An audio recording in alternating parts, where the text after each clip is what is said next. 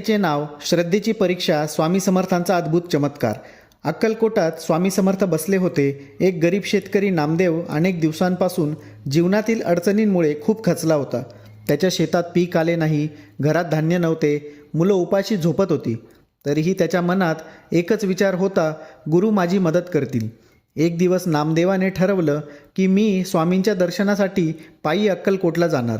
पायात चप्पल नव्हती, खिशात पैसे नव्हते, पण हृदयात फक्त श्रद्धा होती.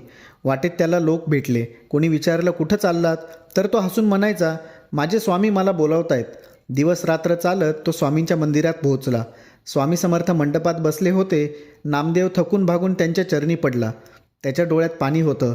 स्वामी समर्थ हसले आणि म्हणाले, अरे नाम्या, तू आलास. तुझी परीक्षा झाली. आता कृपा होईल. स्वामींनी जवळच्या सेवकाला सांगितलं, याला जेवायला द्या आणि घरी परत जाताना याला ही पिशवी द्या. नामदेव आनंदाने नतमस्तक झाला. तो घरी गेला आणि पिशवी उघडली. आत सोन्याची नाणी होती. त्या क्षणी त्याच्या डोळ्यातून अश्रू वाहू लागले.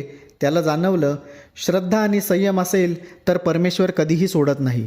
कथेचा संदेश, कठीण प्रसंग आले तरी श्रद्धा आणि संयम कधी सोडू नका.